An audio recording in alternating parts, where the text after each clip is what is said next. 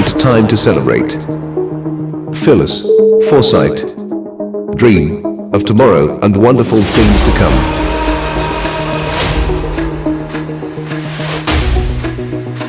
Talk to TBC. உலகமெங்கும் வாழ்கின்ற தமிழ் பேசும் மக்கள் அனைவருக்கும் வணக்கம். இன்றும் எம்முடன் இணைந்திருக்கின்றார்கள் டிபிசியின் அரசியல் ஆய்வாளர்கள் தோழர் தம்பா, தோழர் ஜெகநாதன், தோழர் சிவலிங்கம். மூவருக்கும் மீண்டும் ஒரு முறை வணக்கம். இந்த ஆண்டின் 2025 ஆண்டின் முதலாவது நிகழ்ச்சியாக இந்த நிகழ்ச்சி வெளிவருகிறது. எனவே இந்த ஆண்டு அரசியல், தமிழ் மக்கள், தமிழ் பேசும் மக்கள், இலங்கை மக்களுடைய அரசியல் எவ்வாறு முன்னகர்த்தப்பட போகிறது என்ற விடயத்தை நாம் பார்க்கலாம். அந்த வகையிலே குறிப்பாக இந்த 2025 பிறந்தவுடனே முதலாவதாக பெரும் விவாதத்துக்கு உள்ளாக்கப்பட்டது இராணுவ தளபதியாக இருந்த ஓய்வு பெற்ற சவேந்திர சில்வா அவர்கள் இறுதியாக ஆற்றி சென்ற உரை. நாட்டிலே ஒரு இரத்த களரி ஏற்படாமல் முடிவெடுக்க வேண்டிய ஒரு கட்டாயமான நிலைக்கு வந்த இடத்தில் நான் சரியான முடிவினை எடுத்தேன் என்று கூறியிருக்கின்றார். அது தொடர்பாக பல விவாதங்கள் நடைபெறுகிறது. அப்படி என்றால் அரசியல் அமைப்பின்படி ஜனாதிபதிக்கு அதிகாரம் உள்ள ஜனாதிபதியின் உத்தரவை அவரோட உத்தரவை அதாவது நிராகரிப்பது என்பது அரசியல் அமைப்பின்படி சட்ட ரீதியாக ஒரு தவறான விடயம். அதை மதிக்க தவறிவிட்டார். எனவே அவருக்கு எதிராக சட்ட நடவடிக்கை எடுக்க வேண்டும் என்ற ஒரு விவாதம் ஒரு பக்கம் நடைபெறுகிறது. அதை பற்றியும் நாங்கள் உரையாடலாம். அடுத்ததாக குறிப்பாக ஜனாதிபதி அவர்கள் ஜனவரி 1ஆம் தேதியிலிருந்து தூய்மையான இலங்கை, கிளீன் ஸ்ரீலங்கா என்ற ஒரு பொது வேலை திட்டத்தை எடுத்திருக்கின்றார். அந்த வேலை திட்டத்துக்கென்று 15 பேர் கொண்ட ஒரு கமிட்டியை அமைத்திருக்கின்றார். அதில் எந்த ஒரு சிறுபான்மையினும் பிரதிநிதிப்படுத்தப்படவில்லை என்று பல்வேறு தமிழ் கட்சிகள், சிறுபான்மை கட்சிகள் தங்களுடைய கவலையை தெரிவித்திருந்தார்கள். மனித உரிமைவாதிகள் கூட அது தொடர்பாக தங்கள் கவலையை வெளியிட்டிருந்தார்கள். எனவே இந்த ஜனாதிபதியின் செய்தி, ஜனாதிபதி இதனை சீனாவுக்கு செல்வதற்கு இருக்கின்றார். இந்தியாவின் விஜயத்தை முடித்துக்கொண்டு சீனாவுக்கு செல்ல இருக்கின்றார். சீனாவிலும் உச்ச வரவேற்பை கொடுப்பதற்கு சீன அரசாங்கம் மும்முரமாக ஈடுபட்டிருப்பதாகவும், இந்தியாவிலே செய்து கொண்ட அளவுக்கு சில ஒப்பந்தங்களையும் சீனாவுடன் செய்து கொள்ளலாம் என்றும் சீனாவும் பலவித உதவிகளை செய்ய இருப்பதாகவும் கூறப்படுகிறது. இப்படியான நேரத்தில் தான் இலங்கையிலே நடைபெற்ற கடத்தல்கள் தொடர்பாக பல்வேறு கருத்துக்கள் வெளிவந்திருக்கிறது. குறிப்பாக திருகோணமலை மாவட்டத்திலே கைது செய்யப்பட்டு காணாமலாக்கப்பட்ட 5 மாணவர்களின் கொலை தொடர்பாக விவாதங்கள் ஒரு பக்கம் நடைபெற்று கொண்டிருக்கின்றது. அத்தோடு இந்த இறக்குமதி ஏற்றுமதி தொடர்பாக, சீனி தொடர்பாக பல்வேறு கருத்துக்கள் இன்னும் வந்து கொண்டிருக்கிறது. இலங்கையை பொறுத்த மட்டில் அரிசி, சீனி, உப்பு போன்ற பொருட்களுக்கு மீண்டும் பெருளவு தட்டுப்பாடு ஏற்பட்டிருக்கின்றது. உண்மையிலே இன்று வருகின்ற கார்ட்டூன்களை பார்த்தீர்கள் தேசிய பத்திரிகைகளிலே கடைகளில் எல்லாம் எம்டியாக இருக்கின்றது. அரிசி இல்லை என்று நோ ஸ்டாக் என்ற போர்ட் போட்டிருக்கின்ற அளவுக்கு இருக்கின்றது. எனவே இலங்கையை பொறுத்த மட்டில் நாங்கள் இன்றளவு ஒரு அளவு சமாதானமான சூழ்நிலை, ஒரு அமைதியான சூழ்நிலை இருந்தாலும் கூட பொருளாதார ரீதியாக பாரிய பின்னடைவை சந்தித்து கொண்டிருக்கின்றோம் என்ற விடயம் எங்களுக்கு தெரிகின்றது. இது அரசாங்கம், குறிப்பாக தேசிய மக்கள் சக்தி அரசாங்கத்தில் பல எம்பிமார்கள் தங்களுடைய முரண்பட்ட கருத்துக்களால் பல்வேறு எதிர்ப்புகளை தாங்கள் சந்திக்க வேண்டியிருக்கின்றது. குறிப்பாக சுகாதார அமைச்சர் அண்மையிலே கதிர்காமம் ஆலயம் பெருந்தொகையான நிதியை ஒரு மருத்துவமனைக்கு வழங்கியிருந்தது. அது தொடர்பாக அவர் வெளியிட்ட கருத்து தொடர்பாக, அதே போன்று மியான்மர் அகதிகள் தொடர்பாக பாதுகாப்பு பிரதி அமைச்சர் ஆனந்தபால் அவர்கள் எடுத்த கருத்து தொடர்பாக, அதே போன்று விங்கிரியிலே நடைபெற்ற அதில் தலையீடு செய்த 2 பாராளுமன்ற உறுப்பினர்கள் கருத்து தொடர்பாக, அதே போன்று யாழ் மாவட்டத்திலே நடைபெற்ற குறிப்பாக இளங்குமாரன் அவர்கள் நடந்து கொண்ட விதம் தொடர்பாக பல்வேறு கருத்துக்களை நாங்கள் காணக்கூடிய இருக்கின்றது. என்பவர்கள் அனுபவம் இன்மையால் இந்த அரசாங்கத்தின் நடவடிக்கை பாதுகாக்க இருக்கின்றதா, இல்லாட்டி அரசாங்கம் செயற்படுவதை இடையூறு செய்வதற்கு இருக்கின்றார்களா? இப்பொழுது கூறப்படுகின்ற முக்கியமான விடயம் என்னவென்றால், தேசிய சக்தி அரசாங்கத்துக்குள் அதாவது என்பிபிக்கும் ஏனைய அமைப்புக்கும், அதாவது மக்கள் விடுதலை முன்னணிக்கும் என்பிபிக்கும் நிறைய முரண்பாடுகள் இருக்கின்றது. குறிப்பாக டில்வின் சில்வா அவர்களுடைய நடவடிக்கை வந்து ஜனாதிபதியின் நடவடிக்கை மீறுவதாக அமைகின்றது. இலங்கையை பொறுத்தமட்டில் யார் ஜனாதிபதி என்று கேள்வி எழுப்பப்படுகின்ற போன்ற விவாதங்கள் சிங்கள ஊடகங்களிலே பெரிய அளவு நடக்கின்றது, பெரும்பாலும் நடந்துகின்றது, நாள்தோறும் நடக்கின்றது, சமூக ஊடகங்களிலே வெளிவருகின்றன. ஆனால் இது தமிழ் பத்திரிகைகளோ அல்லது தமிழ் ஊடகங்களிலோ எங்கேயோ இருக்கின்றன. தமிழ் ஊடகங்களை பொறுத்தவரை அவர்கள் மாயிலே நிற்கிறார்கள். குறிப்பாக இப்பொழுது இந்த பிரதேச சபை தேர்தல் நடைபெற இருக்கின்றது. பிரதேச சபை தேர்தல் தொடர்பாக எந்த ஒரு முயற்சியும் எடுப்பதாக தெரியவில்லை. எனக்கு அது தொடர்பாக நாங்கள் உரையாடலாம். இன்றைக்கு வவுனியாவிலே கூடிய கூட்டத்தில் எந்த ஒரு முடிவும் இல்லாமல் எடுக்கப்பட்டிருக்கிறது. குறிப்பாக அந்த கட்சிக்கையிலே இருக்கின்ற ஒரு கட்சி, அந்த கட்சி அதுக்குள் இருக்கத்தட்டியும் 5000 வாக்குகளை பெற்றுக்கொண்டு அந்த கட்சி தமிழ் மக்களுடைய அரசியல் உரிமையை பற்றி பேசுவது என்பது, அந்த கட்சி தொடர்பாக பல்வேறு ஊழல் நடவடிக்கை தொடர்பாக பல்வேறு கதைகள் அங்கு பேசப்படுகிறது. கடந்த ஜனாதிபதி தேர்தலின் சரி அல்லது பொது தேர்தலின் சரி அவர்கள் நடந்து கொண்ட விதம், அவர்கள் பெற்ற நிதி தொடர்பாக கட்சிகள் நிதியை பெறலாம், அதில் எந்தவித தப்பும் இல்லை. ஆனால் அது பொதுமக்களுக்கு தெரிவிப்பதில் என்ன தவறு இருக்கின்றது? நாங்கள் இவ்வளவு நிதியை பெற்றோம், இவ்வளவு கட்சிக்காக செலவழித்தோம், இவ்வளவு தேர்தலுக்காக சொல்வதில் என்ன தவறு இருக்கின்றது? மற்றது நிதியை பெறுவது, பெருந்தொகையான நிதியை ஒரு வியாபார ஸ்தாபனம் கொடுப்பதென்றால் என்ன காரணம்? அவர்கள் அந்த அளவு நிதியை குறிப்பிட்ட கட்சியை கொடுக்கிறார்கள். எனவே தமிழ் மக்கள் மத்தியில் இந்த பிரிவினை ஏற்படுத்தி, பிரிவினையை உருவாக்கி இந்த அரசியலை கொண்டு செல்வதற்கு முயற்சி செய்வதை நாங்கள் காணக்கூடிய இருக்கின்றது. அதேவேளை இந்த பிரதேச சபை தேர்தல் என்பது அல்லது மாகாண சபை தேர்தல் என்பது கட்சிக்கு அப்பால் தமிழ் மக்கள் சிந்திக்க வேண்டும். அந்த வகையிலே சிவலிங்கம் அவர்களை நீங்கள் எவ்வாறு இந்த வருட அரசியல் நகர்வுகளை நீங்கள் எவ்வாறு பார்க்கின்றீர்கள்? ஆமாம், நேயர்கள் அனைவருக்கும் புத்தாண்டு வாழ்த்துக்கள்.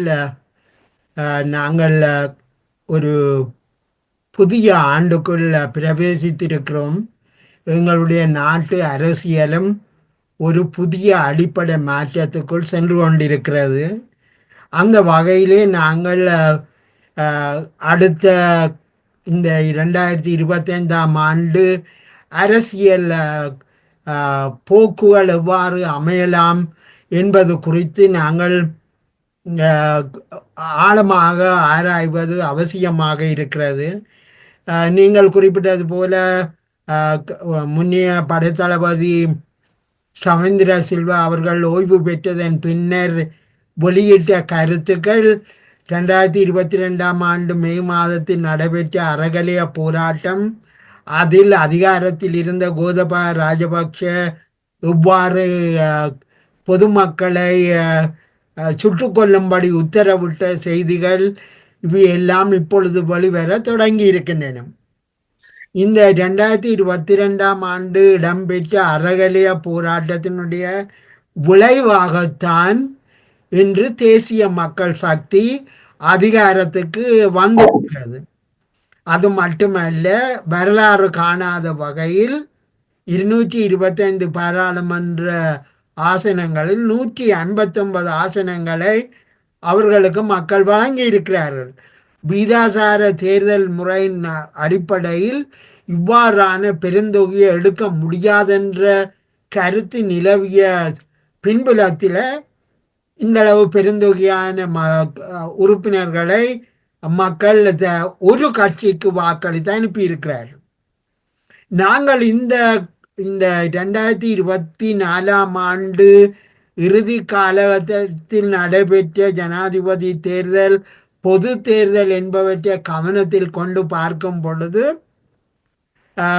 இலங்கையின் சிங்கள பகுதிகளில் பொருளாதார ரீதியாக மிகவும் பாதிக்கப்பட்ட நலிவுற்ற மக்கள் தான் தங்களுக்கான அரசியல் தலைமையை இம்முறை தேர்ந்தெடுத்திருக்கிறார்கள். காரணமாகவே இன்று நாட்டின் அரசியல் மிக தெளிவாகவே பிளவுபட்டிருப்பதை நாங்கள் புரிந்து கொள்ள வேண்டும். அதாவது கடந்த 40 ஆண்டுகளாக நாட்டிலே நிலவி வருகின்ற திறந்த பொருளாதாரம் நாட்டில ஏழைகளையும் பணக்காரர்களையும் ஏழைகளுக்கும் பணக்காரர்களுக்கும் இடையே பாரிய இடைவெளியை உருவாக்கி ஒரு அரசியல் ஸ்திரமில்லாத நிலைமையை தோற்றுவித்திருக்கிறது. இதன் விளைவாகத்தான் 2024ஆம் ஆண்டு நடைபெற்ற ஜனாதிபதி தேர்தலிலும் பொது தேர்தலிலும் பொருளாரீதியாக நலிவுற்ற மக்கள் தங்களுடைய ஜனநாயக இறைமை அதிகாரத்தை சரியாக பயன்படுத்தி கொண்டார்கள். சிங்கள பகுதிகளில் ஏற்பட்ட இந்த அதிகார மாற்றம், அரசியல் தாக்கம் தமிழ்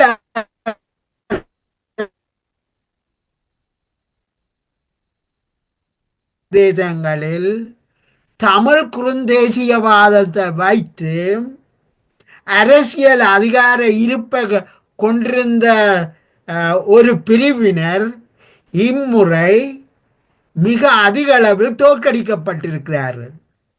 இந்த எவ்வாறு சிங்கள அரசியலில் கடந்த கால அதிகார வர்க்கத்தினரை சிங்கள சாமானிய மக்கள் தோற்கடித்தார்களோ அதுபோலவே தமிழ் அரசியலில் தமிழ் குறுந்தேசியவாதத்தை வைத்து சாமானிய மக்களினுடைய பொருளாதார வாழ்வை சீரழித்த இந்த சக்திகளுக்கு எதிராக தமிழ் பிரதேசங்களில் வாழ்ந்த சாமானிய மக்கள் தங்களுடைய இறைமை அதிகாரத்தின் மூலம் வாக்களித்து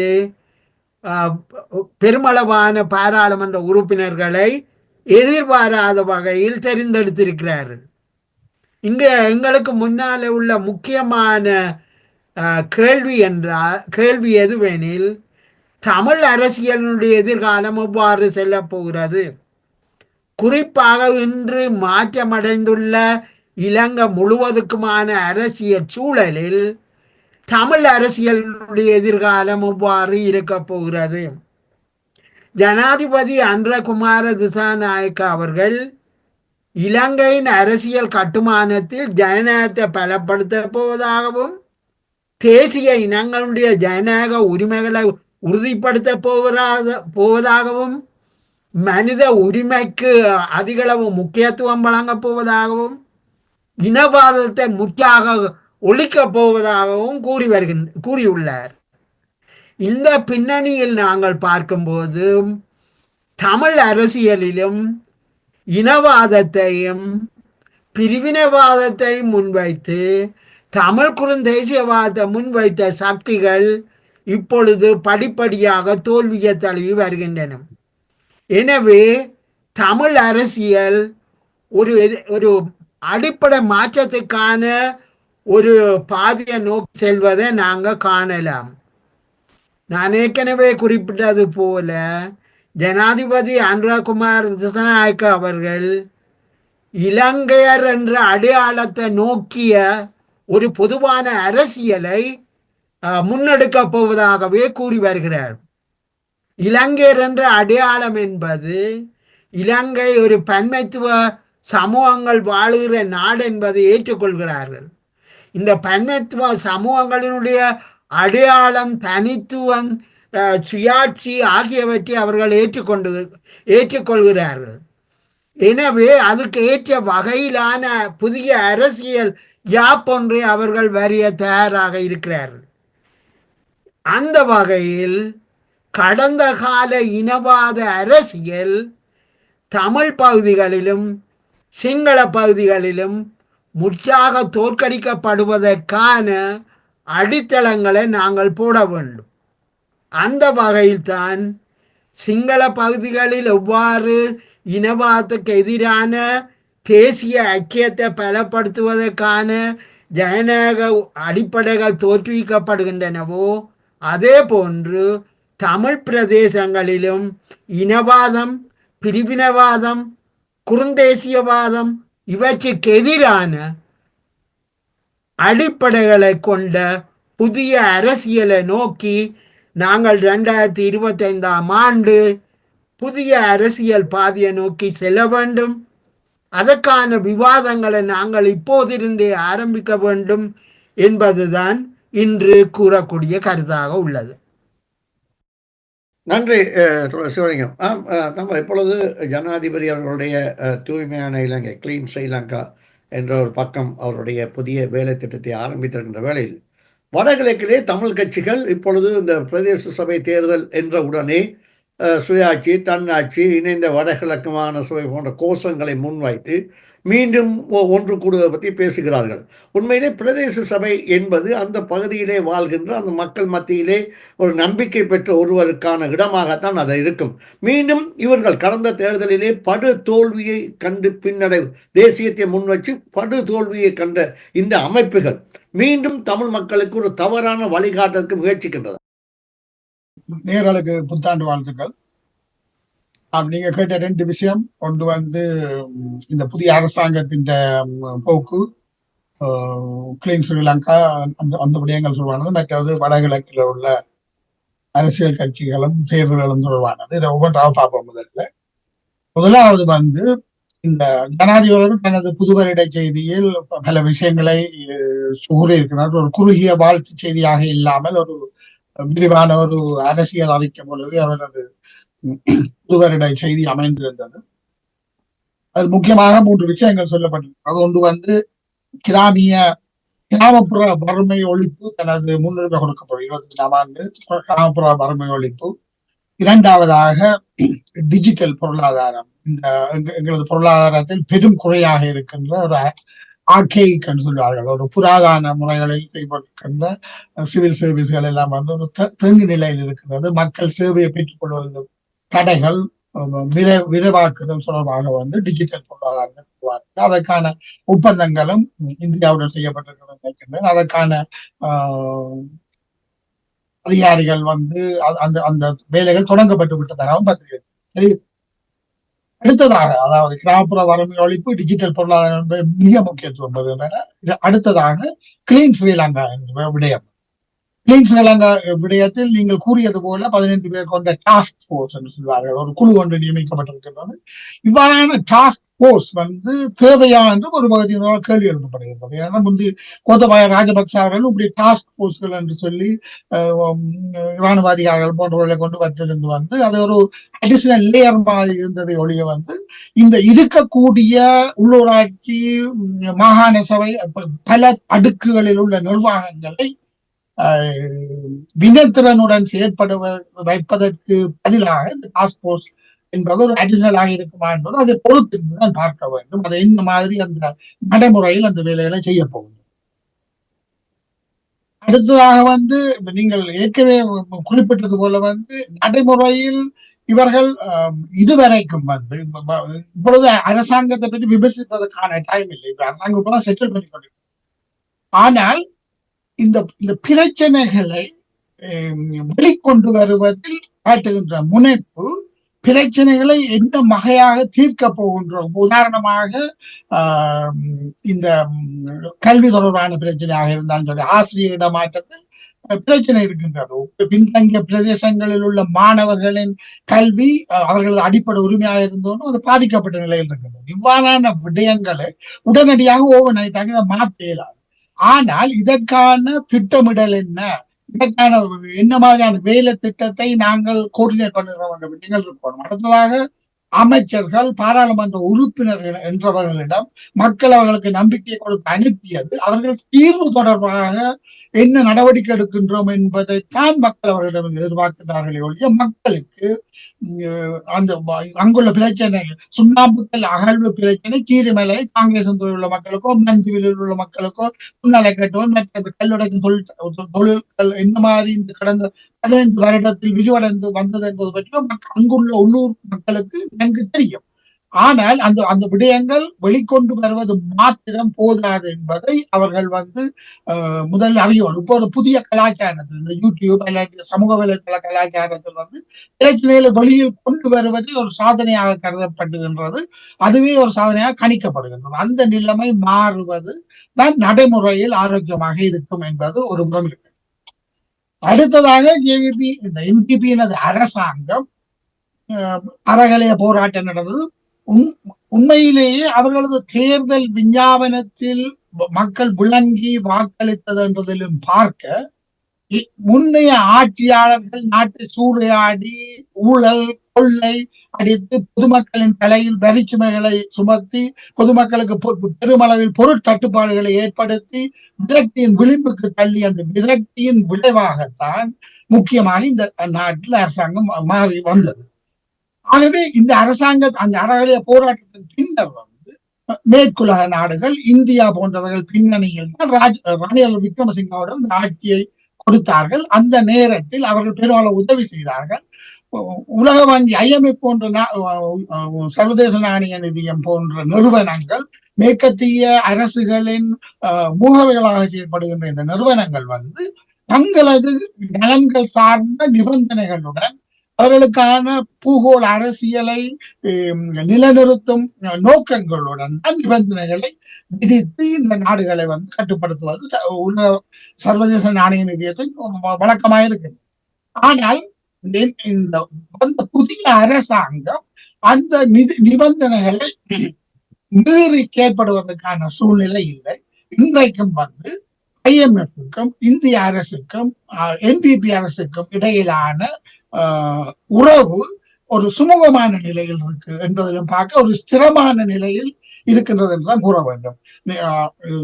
எதிர்வரும் 12ஆம் தேதி சீனாவுக்கு விஜயம் செல்லவிருக்கும் ஜனாதிபதி அவர்களும் அந்த விடயத்தை மன்னிக்கணும் அந்த சீனாவுடனான உறவு தொடர்பிலும் சரியான விளக்கங்களுடன் அவர்கள் இருக்கின்றார்கள். சீன அரசாங்கமும் IMF இந்த நிபந்தனைகளை விதித்து இதை கொண்டு வந்த பொழுதும் தாங்கள் தனியாக இணைந்து செய்ய முடியல. தாங்கள் தனியாக இலங்கையுடன் அவர்கள் வேறொரு வியூகத்திற்கும் இருக்கிறார்கள். இலங்கை அரசுடன் தனியாக தங்கள் சீனாவுக்கும் இலங்கைக்குமான உறவு என்ற அடிப்படையில் அவர்கள் ஒரு ஸ்திரமான பிணைப்பு பாலத்தை அவர்கள் ஏற்படுத்தி தான் வைத்திருக்கின்றார்கள். பொருளாதார உறவுகள், நிபந்தனைகள், கட்டுப்பாடுகள் அவற்றையும் அவர்கள் வேறு விதமாக அணுகுகின்றனர். நிபந்தனை என்ற அடிப்படையில் இல்லாமல் உதவி என்ற அடிப்படையில் அவர்கள் அணுகி கொண்டிருக்கிறார்கள். ஆகவே அந்த விடயங்களில் ஒரு பாரிய மாற்றத்தை ஏற்படுத்துவதற்கு அரசியலிருந்து நாங்கள் எதிர்பார்க்க முடியாது. அதாவது குறிப்பாக சொல்ல போனால் இந்த பெறுமதி செயல் வரி என்று சொல்லப்படும் VAT 2021ஆம் ஆண்டில் 8% இருந்தது. கடந்த வருடம் செப்டம்பர் மாதம் 18% ஆகும். அதாவது 10% பெறுமதி செயல் வரி கூடியது. இந்த பெறுமதி செயல் வரி என்பது சாதாரண மக்களின் மேல் சுமத்தப்பட்ட வரி என்பது எல்லோருக்கும் தெரியும். இன்றைக்கு விலைவாசி ஏற்றம் கட்டுப்பாடுகள் தொடர்ந்து நிலவிக்கொண்டிருக்கிற வேளையிலும் அந்த வரிகளை குறைக்கிறதற்கான சந்தர்ப்பங்கள் குறைவு. அதாவது நாட்டிலிருந்து படித்தவர்கள் வெளியேறுவது, டாக்டர்கள், இன்ஜினியர்கள் வெளியேறிக் கொண்டிருப்பது, அந்த விடயத்தை கட்டுப்படுத்துவதற்காக வரி வசூலிப்பிலும் பட்ஜெட் வந்த பிறகுதான் நிச்சயமாக தெரியும். ஆனால் இந்த புதுவருட செய்தியில் உள்ள அந்த அம்சங்களில் ஒன்றாக லோவஸ்ட் த்ரெஷ்ஹோல்ட் மத்திய தர வர்க்கத்தினரை ரீட்டைன் பண்ணுவதற்காக வைத்திருப்பதற்காக 1 லட்சத்துக்கு மேல் உள்ளவர்களுக்கு வரி என்று இருந்தது நினைக்கிறேன். இப்பொழுது 1,50,000 மாதாந்த சம்பளம் அதுக்கு மேல் தான் அந்த வரி தான் த்ரெஷ்ஹோல்டை கூட்டி இருக்கின்றார்கள். அதற்கு மேல் உள்ள த்ரெஷ்ஹோல்டும் கூட்டியிருப்பதாக சொல்லப்படுகின்றது.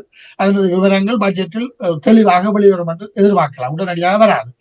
ஆகவே இந்த அரசாங்கம் ஒரு மந்திர கோல் ஒன்றும் இல்லை. ஆகவே மக்கள் பலமான எதிர்பார்ப்புகளை வைக்க முடியாது. ஆனால் இந்த கிளீன் ஸ்ரீலங்கான்றது நிர்வாகத்தில் அல்லது தார்மீக விடயங்களில் அல்லது பௌதீக சுகாதாரம் தொடர்பான விடயங்களில் ஒரு கிளீன் ஸ்ரீலங்கா வேண்டும் என்று சொன்னால் அந்த விடயத்தில் பாரிய அரசாங்கம் முன்னே ஊழல் அரசியல்வாதிகளிடமிருந்து இந்த நாடு மீட்டெடுக்கப்பட்டிருக்கின்றது. அனுபவம் இல்லாதவர்களாக இருந்தாலும் நல்ல நோக்கத்துடன் புதிய அரசாங்கத்தை கொண்டு போக முயல்கின்றார்கள். ஆனால் இந்த கிளீன் ஸ்ரீலங்கா என்ற திட்டம் அவர் கூறியது போல சரியாக வருவதாக இருந்தால் நாட்டு மக்களின் பூரணமான ஒத்துழைப்பு தான் அவசியம். அதாவது சில விடயங்கள் அரசியல் செய்ய முடியாது, அவர்களிடம் மந்திர கோல் எதுவுமே இல்லை. ஆனால் மக்கள் இதை விளங்கிக் கொண்டு அதற்கு அனுசரணையாக உதவியாக மக்களுக்கு மொபிலைஸ் பண்ணப்பட வேண்டும் என்பதுதான் உண்மை. ஆகவே அது சம்பந்தமான விளக்கங்கள் தருவதற்கு பதிலாக எதிரிகளை உருவாக்குவது போல படம் காட்டுவது அனுகூலமாக இருக்காது. அது ஆரோக்கியமான அணுகுமுறையும் இல்லை என்பதை ஊடக தரப்பில் இருந்து நாங்கள் அதை அறுதிட்டு சொல்ல வேண்டிய தேவை ஒன்று. அதாவது மக்களை மொபிலைஸ் பண்ண வேண்டிய தேவை இருக்கின்றது. உண்மையான பிரச்சனைகளை நிர்வாக ரீதியாக இனங்கண்டு அவர்களை தடுத்து அதிலிருந்து ஒவ்வொரு தனிப்பட்ட பிரச்சனைகளும் வைத்தியசாலைகளில் உள்ள பிரச்சனைகளாக இருந்தாலும் சரி, கல்வியில் உள்ள பிரச்சனைகளாக இருந்தாலும் சரி, அல்லது பௌதிக வளங்களை சூறையாடுறது தொடர்பான பிரச்சனைகளாக இருந்தாலும் சரி, அதற்கான உரிய நிர்வாக ஒழுங்குகள் மூலமாக அந்த நிர்வாகிகளுக்கு அதற்கான அறிவுறுத்தல் வழங்குவதன் மூலமாக சட்ட நடவடிக்கைகளை இறுக்குவதன் மூலமாக அதை படிப்படியாகத்தான் அதை செய்யலாம். அதை செய்வதற்கு பொதுமக்களின் பூரண ஒத்துழைப்பு தேவை. அதற்கான அரசியல் விளக்கங்கள் பொதுமக்களுக்கு கொடுக்கப்பட வேணும். எதிரிகளை உருவாக்கி நாங்கள் எதிரிகளுக்கு எதிராக போராடுகின்றோம் என்ற அந்த மரபில் இருந்து அவர்கள் மாற வேண்டும் என்றுதான் நான் நினைக்கின்றோம். அடுத்ததாக வடகிழக்கு தேர்தல்களை பொறுத்தவரையில் வடக்கு கிழக்கில் இந்த முறை மாகாண 2025ஆம் ஆண்டு மாகாண சபை தேர்தல்கள், முதலில் உள்ளூராட்சி சபை தேர்தல்களும் பின்னர் மாகாண சபை தேர்தல்களும் நடக்க இருக்கின்றது. நடக்கும் அந்த தேர்தல்களில் வடக்கு கிழக்கு மக்கள் தங்களது தேவைகள், தங்களது மக்கள் எவ்வாறு இந்த ஆட்சிக்கு தாங்கள் ஒரு பங்காளிகளாக வருவது என்பதை முன்வைத்து சாதாரண பொதுமக்களும் அல்லது பொது நிறுவனங்கள், சமூக அக்கறை உள்ளவர்கள், புத்திஜீவிகள் இவர்கள் இந்த தேர்தல்களில் மிகவும் அக்கறையுடன் பங்கு பெற்றல் மிகவும் அவசியமாகும். ஏனென்றால் இந்த உள்ளூராட்சி தேர்தல் முதல் வரும். உள்ளூராட்சி தேர்தல் வடமாகாணத்தில் 726 உறுப்பினர்கள் மொத்தமாக தேர்ந்தெடுக்கப்பட இருக்கின்றார்கள். 34 சபைகள் இருக்கின்றன. 726 உறுப்பினர்கள் தேர்ந்தெடுக்கப்பட இருக்கிறார் வீதாசார தேர்தல் முறையின்படி. ஏனென்றால் இந்த தேர்தல் வீதாசார முறையின்படி தான் நடக்க போகும். அடுத்ததாக கிழக்கு மாகாணத்தில் உள்ள 45 பிரதேச சபைகளில் 836 உறுப்பினர்கள் தேர்ந்தெடுக்கப்பட இருக்கிறார்கள். அவர் வடக்கில் 726, கிழக்கில் 836 உறுப்பினர்கள் தேர்ந்தெடுக்கப்பட்டிருக்கிறார்கள். இவர்கள் இந்த உள்ளூராட்சி பல விவகாரங்கள், சுகாதாரம், கல்வி, வடிகால் அமைப்பு, நூல் நிலையங்கள், சமூக சீர்திருத்தங்கள், கிளீன் சுகாதாரத்தை பேணுதல், நூலகங்களை பேணுதல் போன்ற பல விடயங்களுக்கு பொறுப்பாக இருக்க போகிறார்கள். அவ்வாறான ஒரு சூழ்நிலையை, ஆரோக்கியமான சூழ்நிலையில் தான் ஒரு ஆரோக்கியமான அரசியல் விவாதங்கள் நடக்கும். ஆனால் இந்த சபைகளில் ஒரு வேலை திட்டங்களை அல்லது சபைகளை வீழ்ச்சி என்ன, சபைகளின் கடமைகள் என்ன என்பதை விளங்கி அதற்கான வேலை திட்டங்களை வகுத்து அதை பற்றின விவாதங்களை முன்னிலைப்படுத்தி அதற்கான கலந்துரையாடல்களை ஏற்படுத்தி தகுதியானவர்களை இனங்கண்டு இந்த சபைகளுக்கு கொண்டு வருவதை விட்டு தமிழ் கட்சிகள் என்று சொல்லப்படுவோர், தமிழ் மக்களால் ஏற்கனவே தோற்கடிக்கப்பட்ட தமிழ் கட்சிகள் இன்று தமிழ் தேசியம் பற்றியும் அல்லது இந்த தமிழ் தேசிய ஒற்றுமைக்காக சமஸ்தி அமைப்பு ஒன்றை கொண்டு வருவதற்காக அல்லது தேசிய இனங்களின் பிரச்சனை சர்வதேச கவனத்தை கொண்டு வருவதற்காக என்று இல்லாத காரணங்களை எல்லாம் சொல்லி இந்த தேர்தல்களை ஒரு உண்மையான தேர்தலின் நோக்கம் அல்லது தேர்தலால் பொதுமக்கள் அடையக்கூடிய பயன்கள், பொதுமக்களுக்கு ஏற்பட வேண்டிய விழிப்புணர்வுகளுக்கு தடைக்கல்லாக இருந்து வேறு அரசியல் பேசுவது உள்ளூராட்சி தேர்தலை பொறுத்தவரையில் தேவையற்ற விடயம் என்று நான் நினைக்கின்றேன். ஆகவே உள்ளூராட்சி தேர்தலை பொறுத்தவரையில் பொதுமக்கள் மிகவும் திட்டவட்டமாக அதனுடைய உள்ளூராட்சியினது வேலை திட்டங்கள் என்ன, உள்ளூராட்சியினால் சாதிக்கப்படக்கூடிய விஷயங்கள் என்ன, சமூகத்துக்கு இந்த உள்ளூராட்சி அமைப்புகள் எவ்வளவு அத்தியாவசியமானவை, இதற்கு தகுதியானவர்கள் செல்ல வேண்டியதும், நேர்மையான ஒரு அரசாட்சி நிர்வாகம் உள்ளூராட்சி அமைப்புகள் இருக்க வேண்டியது அவசியம். முன்பு எல்லாம் இந்த பட்ஜெட்டுகள் எடுப்பதிலேயோ மற்றது மாறி மாறி கூட்டி சேர்வதிலேயோ இவ்வாறெல்லாம் இந்த உள்ளூராட்சியின் அதிகாரத்திலேயே வீண்விரயம் செய்யப்பட்ட வரலாறுகள் எல்லாம் இருக்கின்றன. இவற்றையெல்லாம் அறிந்து இவற்றை பற்றி தமிழ் மக்கள் முதல் கவனம் செலுத்தி இந்த உள்ளூராட்சி தேர்தல் வரைக்கும் அது பற்றிய பிரச்சனையுடன் இருப்பதுதான் மக்களுக்கான ஆரம்பமான ஒரு முதல் படியாக அவர்களது வளர்ச்சிக்கு அத்தியாவசியமான ஒரு செயல்பாடாக இருக்கும். மற்ற எந்த விஷயங்களும் கதைப்பது எந்த விதத்திலும் மக்களின் விடயங்களை பலப்படுத்தாது என்பதுதான் எனது கருத்து. நீங்க தொடர்ந்து பேசுங்க. உறவுகள் கேட்டுக்கொண்டிருப்பது டாக் டு டிபிசியின் அரசியல் உரையாடல். ஏன்னா இப்பொழுது இந்த புதிய அரசாங்கம் பல்வேறு வழக்குகளை விசாரணைக்கு எடுத்து நடத்தி வருகிறது. ஆனால் குறிப்பாக வடகிழக்கிலே இராணுவத்தினரால் காணாமற்கப்பட்ட பலரின் வழக்குகள் அரசாங்கம் அதை பற்றி எடுக்காமல் இருப்பதற்கான காரணம் என்ன என்று பலராலும் கேட்கப்படுகிறது. குறிப்பாக இராணுவம் சம்பந்தப்பட்டதால் அல்லது அரசு நிர்வாகத்தினுள் சம்பந்தப்பட்டதால் அதை மூடி மறைக்கும் முயற்சியில் இந்த அரசாங்கமும் ஈடுபட்டுள்ளதா என்ற சந்தேகம் பலருக்கு இருக்கின்றது. இதை பற்றி நீங்கள் எவ்வாறு பார்க்கின்றீர்கள்? வணக்கம். இந்த 2025 புது வருடம் மிக நெருக்கடியான ஒரு காலகட்டத்தில் இந்த புத்தாண்டு மலர்ந்திருக்கின்றது. குறிப்பாக மத்திய கிழக்கு போர், மற்றது உக்ரைன் ரஷ்யாவினுடைய பிரச்சனைகள், இவைகள்ன்றதுக்கு மத்தியில ஒரு புதிய ஆண்டு மலர்ந்திருக்கின்றது. ஆகவே ஒரு அமைதியை எதிர்காலம் உருவாகும் என்ற நம்பிக்கை பெருமளவுக்கு மக்கள் எதிர்நோக்குகிறார்கள். அதே நேரத்தில் இலங்கையிலும் இந்த புது வருடத்துல மக்கள் பெருமளவுக்கு இந்த கொண்டாட்டத்துல கலந்து கொண்டது கடந்த காலங்களை விட ஒரு அமைதியான சூழ்நிலை, தங்களுக்கு ஒரு எதிர்காலம் சரியான முறையில் அமையும் என்ற நம்பிக்கையை வெளிப்படுத்தக்கூடியதாக அது தென்னிலங்கையில மட்டுமில்ல வட தமிழ் மக்கள் மத்தியிலும் அப்படி ஒன்றை ஏற்படுத்தி இருக்கிறது என்றதை நாங்க பார்க்கக்கூடிய இருந்தது. பெருமளவுக்கு அந்த கொண்டாட்டங்களில் கலந்து கொண்ட நிலைமைகளை நாங்க பார்க்கக்கூடிய இருக்கிறது. ஆகவே இந்த அரசியல் கட்சிகள் பேசுவார்கள், கூடுவார்கள், இதெல்லாம் ஒரு பிரச்சனையான விடயமாக எனக்கு தெரியவில்லை. ஏனென்றா இது அவர்களுடைய அரசியலுக்கு அதை பேசிக்கொண்டிருந்து காலத்தை கடத்துகிறதும் அதுல தோல்வியில இருந்து எப்படி தப்பித்துக் கொள்ளுகிறதுன்றதுக்கான முயற்சிகளை மேற்கொள்ளுகிறதுக்கான முடிவுகளாக அவர்கள் அதுல இருந்து அப்படி தங்களை அல்லது தங்களுக்கு ஆதரவான சக்திகளை, இப்ப இவர்கள் தோற்றிருந்தாலும் இவர்களை நம்பி இருந்த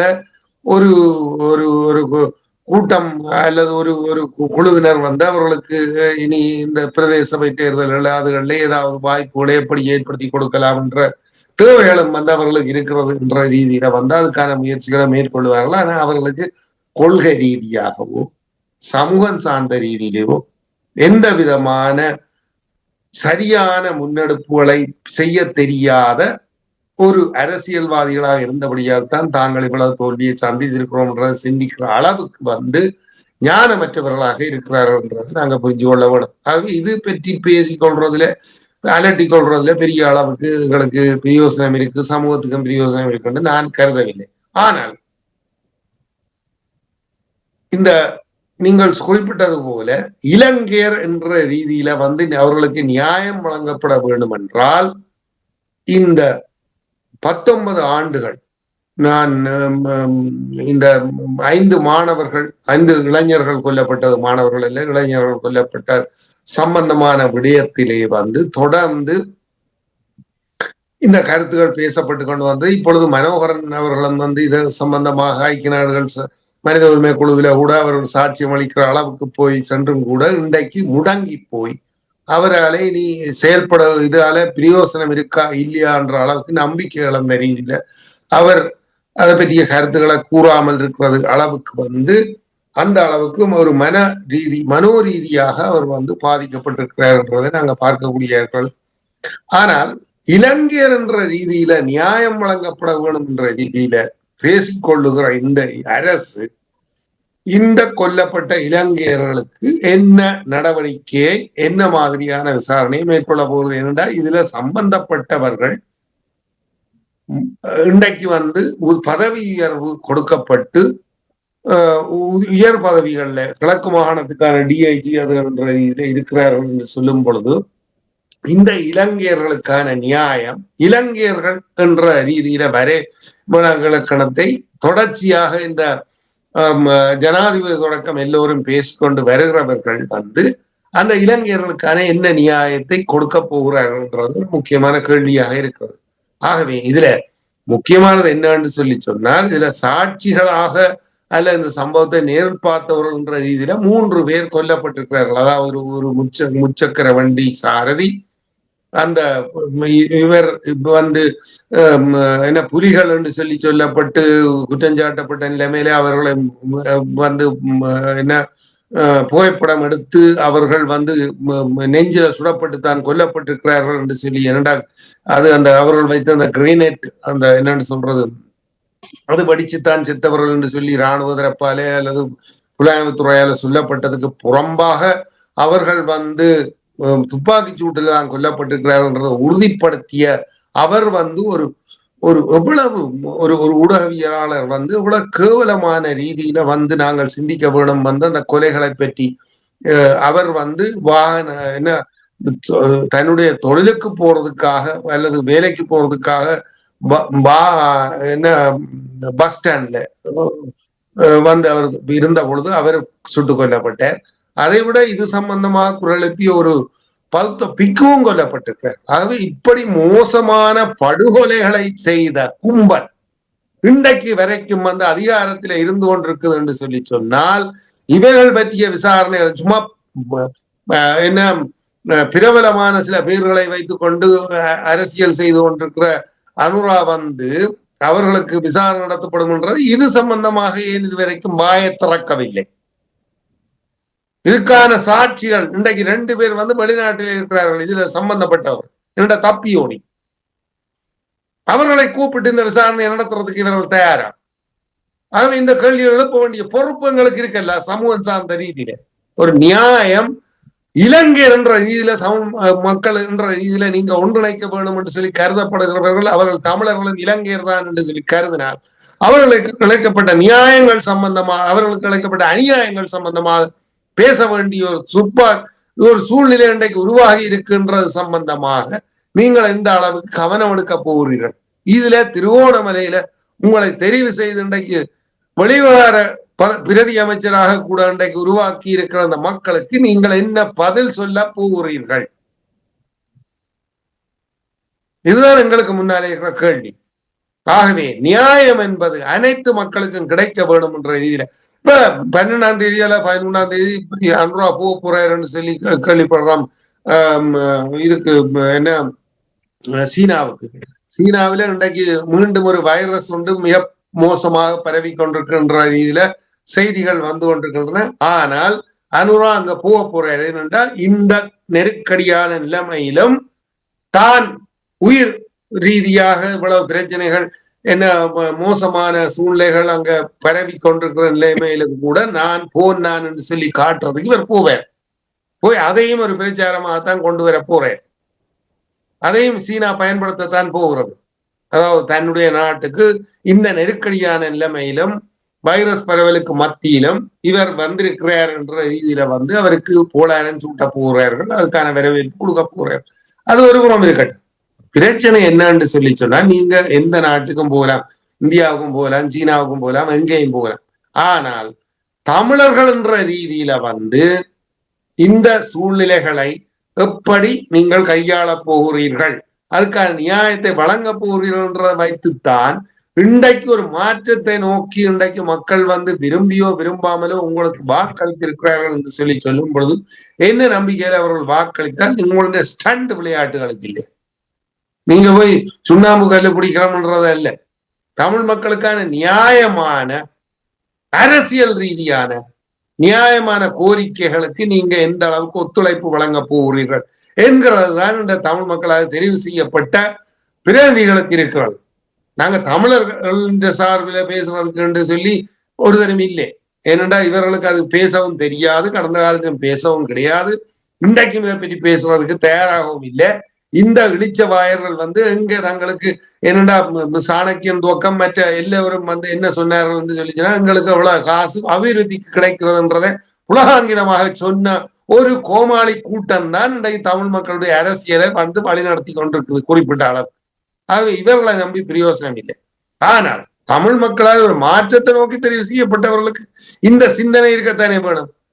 அதுவும் இல்லாமல் நீங்க ஸ்டண்ட் விளையாட்டுகள் காட்டிக்கொண்டு தமிழ் மக்களுக்கு பிரச்சனையை தீர்க்கிறோம். இன்றைக்கு சந்திரசேகரன் கடந்த காலத்துல இருந்தார், ஏதோ நான் வந்த உடனே எல்லாம் நாங்கள் இந்த இந்திய இழுவப்படகுகள் என்று எல்லாத்தையும் நிறுத்தி விடுவோம் உண்டு. கடைசியாக என்ன நடந்தது? இன்றைக்கு வரைக்கும் அது நடந்து கொண்டுதான் இருக்குது. ஆகவே போலியான வாக்குறுதிகளை சொல்லி ஏமாத்தி கொண்டு தொடர்ந்து தமிழ் மக்களை இருக்கிறதே அவர்களுடைய ஆதாரத்தை அழிக்கிறதுக்கான நிலைமைகளை நிறுத்துறதுக்கான முயற்சிகளை நீங்க மேற்கொள்ள வேணும். தமிழ் மக்களுக்கான நியாயம் கடந்த காலத்துல வழங்கப்பட்ட என்றதை நீங்க புரிந்து கொள்ள வேணும். அந்த ரீதியில அவர்களுக்கு ஏற்பட்ட அநியாயங்களுக்கு எந்த மாதிரியான விசாரணைகளை நீங்க மேற்கொள்ள போகிறீர்கள்? இன்றைக்கு சபேந்திர சில்வா வெளியேறி போனது சம்பந்தமாக பெருசாக பேசப்படுகிறது. ஏதோ எல்லாம் அவர் கணக்கை சொன்னார். அன்றைக்கு சபேந்திர சில்வா வந்து இராணுவ ரீதியாக வந்து கோத்தபாயவின் உத்தரவை நிறைவேற்றி இருந்தால் இன்றைக்கு இராணுவத்துக்கு எதிரான மிகப்பெரிய போராட்டம் தென்னிலங்கையில வெடித்திருக்கும். அதை தவிர்க்கிறதுக்காகத்தான் அந்த நடவடிக்கை அவர் மேற்கொண்டதன் மூலம் வந்து தப்பித்துக் கொண்டது.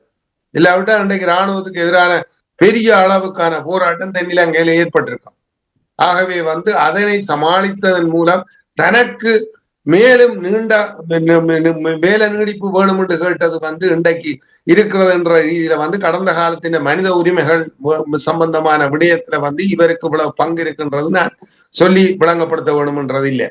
ஆகவே இந்த அரசு நேர்மையான ஒரு சரியான அணுகுமுறையை கடைபிடிக்க வேணுமாக இருந்தால் இன்றைக்கு வரைக்கும் இந்த அரிசி பிரச்சனையை கூட தீர்க்க முடியாமல் தடுமாறிக்கொண்டிருக்கிறவர்கள் நியாயமான ரீதியில தமிழ் மக்களுடைய நியாயமான கோரிக்கைகள் என்ற ரீதியில வந்து இன்றைக்கு இந்த மகாவலி அபிவிருத்தி சபை மற்ற ஏனைய தங்கு என்ன சபைகள் என்ற ரீதியில இந்த தமிழ் மக்களுடைய பூர்வீக நிலங்களை வந்து சூறையாடுகிற நடவடிக்கைகளை மேற்கொள்கிறது என்று சொல்லி சொன்ன இந்த நிர்வாக அமைப்புகளை மாற்றக்கூடிய துணிச்சல் இந்த அரசுக்கு இருக்கா?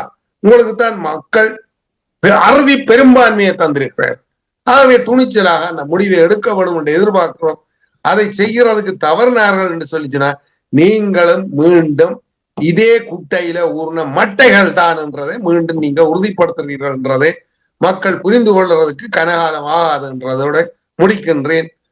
இதை புரிந்து கொள்ளக்கூடியவர்கள் புரிந்து கொள்ள வேண்டும் என்று நம்புகிறேன். நன்றி. உறவுகள் இதுவரை கேட்டது டாக் டு டிவிசியின் அரசியல் உரையாடல். மீண்டும் இன்னொரு நிகழ்ச்சியிலே சந்திப்பவர்களே, நன்றி, வணக்கம். It's time to celebrate. Phyllis, foresight, dream of tomorrow and wonderful things to come.